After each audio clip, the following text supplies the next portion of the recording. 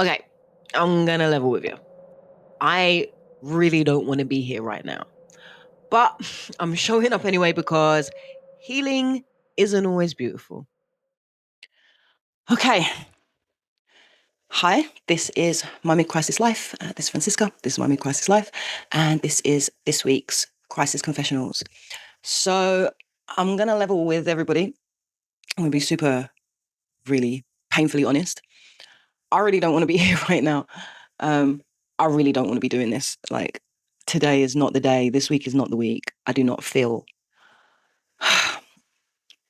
um, I don't know. I don't even have any words, right? However, I saw something that was like, and a couple of people have actually said to me, they're like, record when you've got the energy. Don't worry about how you look. Don't worry about what's going on around you. Just when that energy hits, record. And I'm like, the energy has not hit.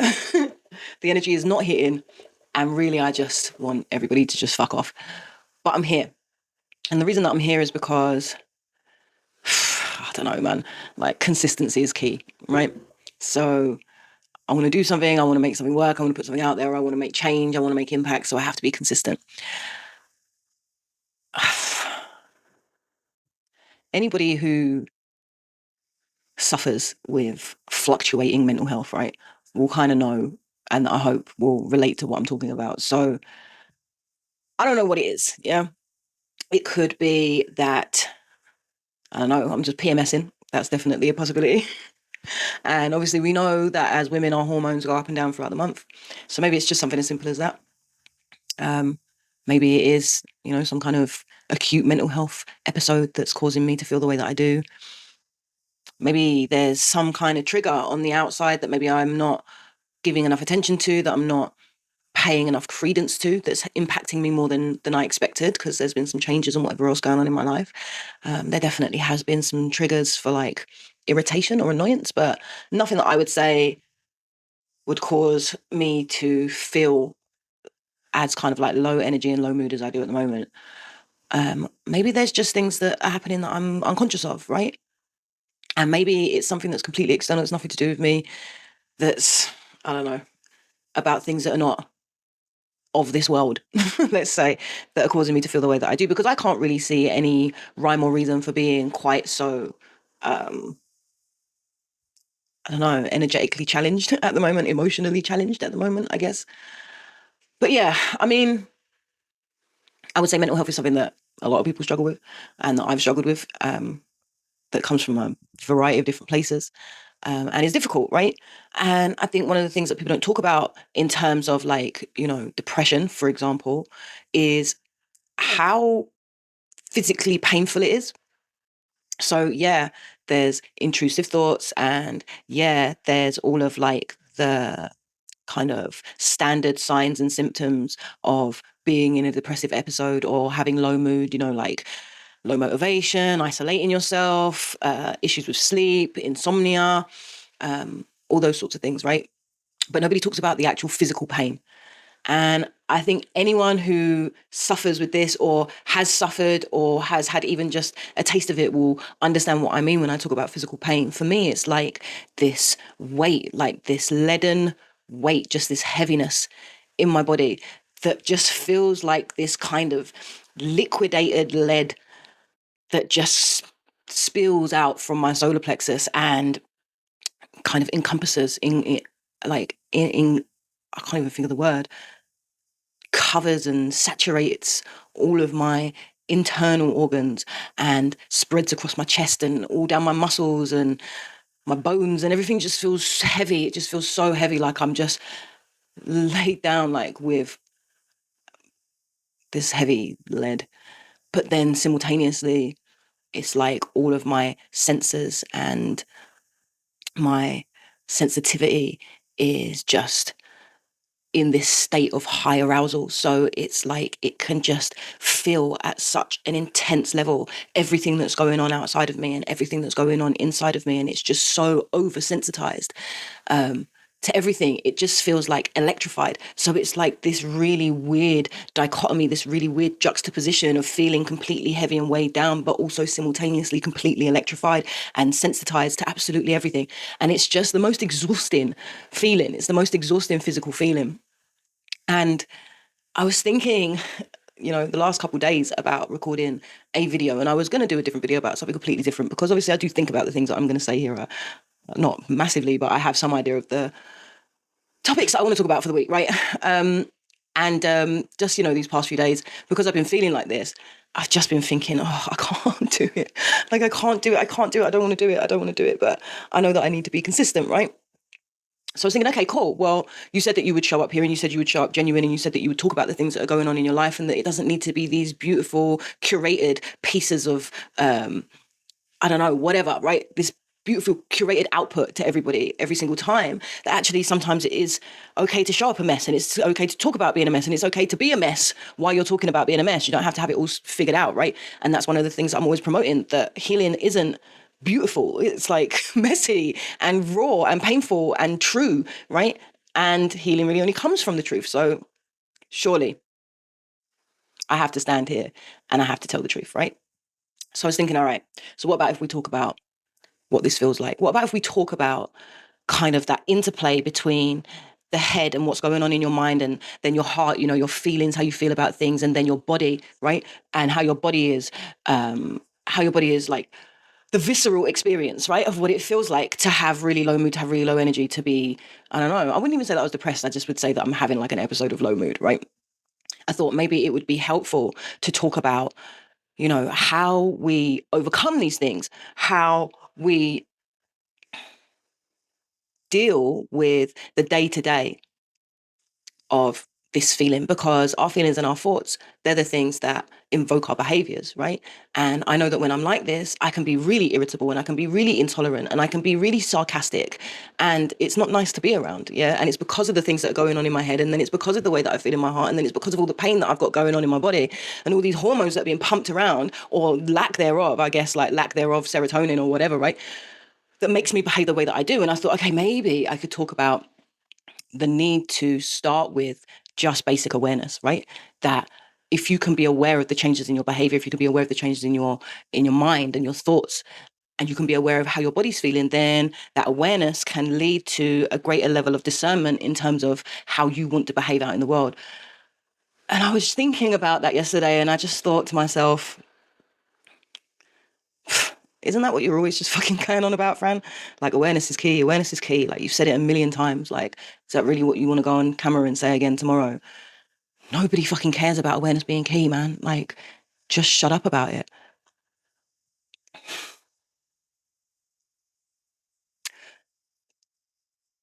But I get that. I guess that got me to thinking, yeah, it is something that I always say. And yeah, it is something that I stand by. But I think the whole point is that I say these things consistently because there needs to be a level of consistency in the way that I and the way that all of us approach our own health, our own mental health, our own physical health. Oh, my ear is itchy. Our own mental health, our own physical health, our own spiritual health. Consistency is key, right? And that's why, like, consistent awareness is key. Because if I can be aware of what's going on with me, then it doesn't go from being a mood to, or it doesn't go from being like a moment to then being a mood to then being a characteristic that I have to then just being my whole personality, you know? I think Joe Dispenza talks a lot about that, about how those moments, if we're not aware of them and we don't respond healthily to those triggers, that it does in the end just become our personality. And now we're stuck being like this. And we forget that we even made the choice to be like that in the first place. But when I was thinking about consistency, I was thinking, okay, consistency is important, right? But what are we being consistent to? Because yeah, it is important that I show up here and that I post on a regular basis. And it is important that, you go to the gym regularly. And it is important that you're consistent with eating healthy meals and drinking water and, I don't know, whatever, learning or doing your homework or turning up to work or whatever, right? Like, consistency is important, but it's like, what are we being consistent to? Because there's all of these outer things that are really important, whether it be for our own personal benefit or for the benefit of the community or for the benefit of the system or whatever, right? But the one thing that I know that is true is that change is the only consistent thing, right?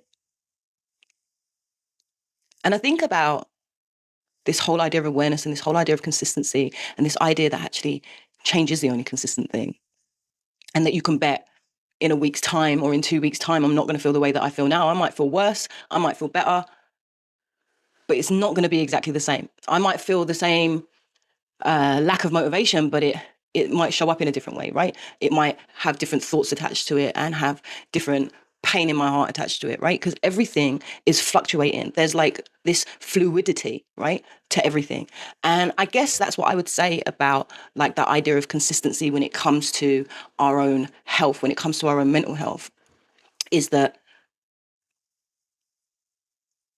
it's important to understand that the only thing that is consistent is the fluidity of our state, and that we cannot consistently battle something in exactly the same way, that we cannot consistently expect to get the same results, that we cannot consistently expect our mind and our heart and our body to show up in the same way, and that we cannot consistently expect that, I don't know, doing the same things, acting the same way, going through the same practices are going to consistently end up in exactly the same way.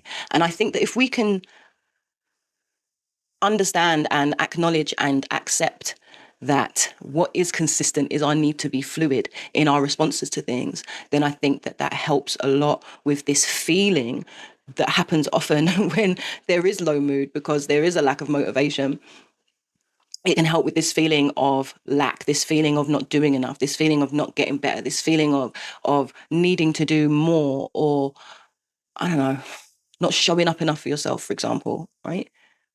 And the thing is, what I would say is consistent in terms of that fluidity. And I think the easiest way to look at it in that more like practical sense is that if I think about my head and I think about my heart and I think about my body, because all of these things are consistently in interplay to